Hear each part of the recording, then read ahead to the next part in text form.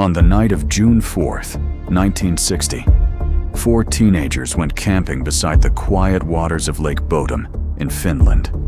They were young, they were together, and nothing about that evening suggested that they were about to become part of one of Finland's most infamous unsolved mysteries.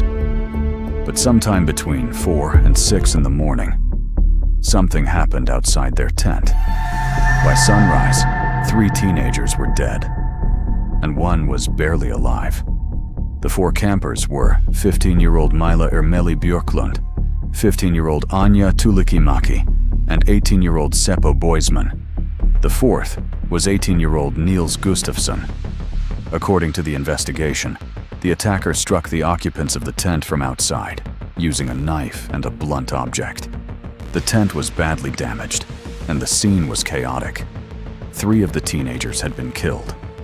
Niels Gustafsson survived with serious facial injuries, including fractures to his jaw and cheekbones, along with a concussion. He later described seeing a strange figure during the attack, someone he remembered as having bright or reddish-looking eyes.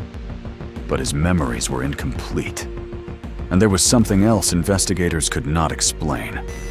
The killer appeared to have taken several personal belongings. Motorcycle keys were missing, even though the motorcycles themselves had been left behind. Some clothing was also found away from the campsite. Gustafsson's shoes, in particular, were discovered roughly half a kilometer from the tent. Why would an attacker take those items? Was it a deliberate attempt to confuse investigators? Or was there another explanation? The investigation quickly became complicated, and one of its biggest problems happened before investigators had fully secured the crime scene. People moved through the area, disturbing evidence that might have been crucial decades later. The murder weapons were never recovered, and no definitive suspect emerged. Over the years, several theories began to circulate. One name was Carl Valdemar Gillström, a local kiosk keeper who was reportedly hostile toward campers. Some people later claimed that Gillström had confessed, but police never found enough evidence to charge him, and the alleged confession remained unverified. Another name that became surrounded by suspicion was Hans Assmann. He reportedly appeared at a Helsinki hospital shortly after the murders with blood on his clothing. That detail fueled years of speculation. But Assmann had an alibi, and investigators did not establish that he was responsible. For decades, Lake Bodom remained an unanswered question. Then, in 2004, the case suddenly changed. 44 years after the murders, police arrested the only survivor, Niels Gustafsson. Investigators had re-examined old evidence, including bloodstains and Gustafsson's recovered shoes. Prosecutors argued that the evidence could support a completely different version of the night.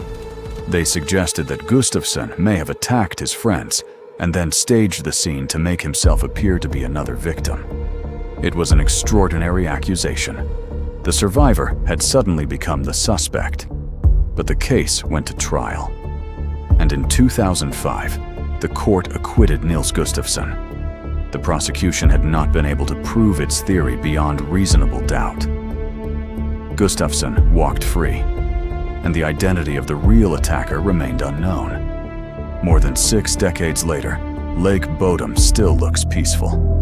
The water is quiet, the forest has grown back, but the questions remain. Who attacked 4 teenagers in the darkness? Why were personal belongings taken? Why were the murder weapons never found? And was the person responsible ever questioned by police?